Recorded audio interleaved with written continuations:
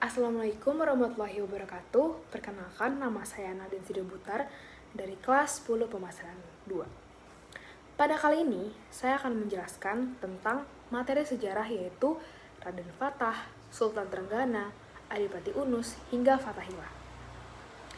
Jadi, ada sebuah Kesultanan Demak yang berlokasi di Demak, Jawa Tengah. Adalah sebuah kesultanan Islam pertama dan terbesar di pantai utara Jawa.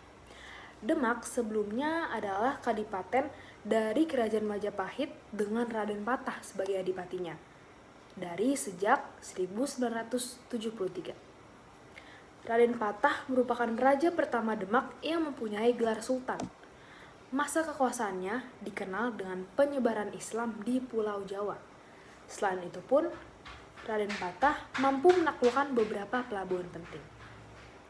Tetapi pada saat yang sama, Majapahit sedang melemah, baik secara finansial hingga ketahanan negara, yang membuat Majapahit bisa diserang dari keinginan Raden Patah. Namun, Sunan Ampel melarang Raden Patah untuk menyerang Majapahit, karena alasannya walaupun mereka berbeda agama, Brawijaya tetap ayah kandung dari Raden Patah. Tetapi, setelah Sunan Ampel wafat, Raden Patah pun mewujudkan niatnya untuk menyerang Majapahit dengan beberapa orang pasukannya. Raden Patah pun berhasil menghancurkan pertahanan Majapahit yang membuat Brawijaya sendiri mengungsi hingga wafat. Usaha Raden mengembangkan Demak yang dibantu oleh Pati Unus yang saat itu menjadi Adipati Jepara. Nah, karena keberaniannya itu, Pati Unus pun mempunyai julukan dengan Pangeran Sabranglor karena pernah menyeberangi Laut Jawa untuk melawan bangsa Portugis. Namun, setelah Pati Unus tewas dan tidak memiliki keturunan, yang membuat Kesultanan Demak digantikan oleh putranya yang bernama Raden Trenggana pada tahun 1521 sampai 1546.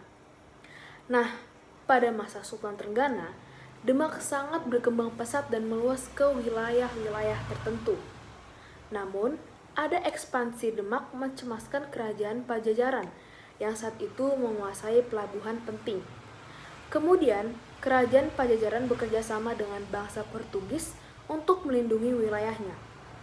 Bangsa Portugis pun diizinkan untuk membangun benteng di sekitaran Sunda Kelapa, serta bersedia melindungi dari segala musuh-musuh.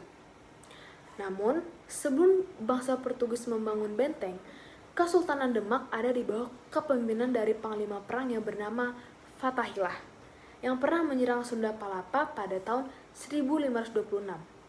Akhirnya pun Demak menguasai Sunda Kelapa dan memukul mundur bangsa Portugis.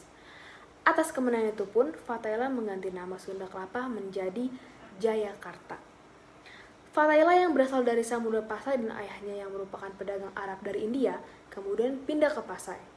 Kemudian Fathahilah hijrah dari Pasai ke Demak dan disambut baik oleh Sultan Trenggana. Setelah itu pun kemudian ia menikah dengan putri dari Syarif Hidayatullah atau Sunan Gunung Jati yang bernama Ratu Ayu. Kemudian, setelah semua itu akhir dari Kesultanan Demak adalah karena perebutan tahta di antara anggota kesultanan yang berakhir pada Jaka Tingkir yang kemudian memindahkan ibu kotanya ke Demak Pajang. Oke, jadi itu dia tentang materi-materi sejarah yang telah saya sampaikan. Terima kasih atas waktunya. Wassalamualaikum warahmatullahi wabarakatuh.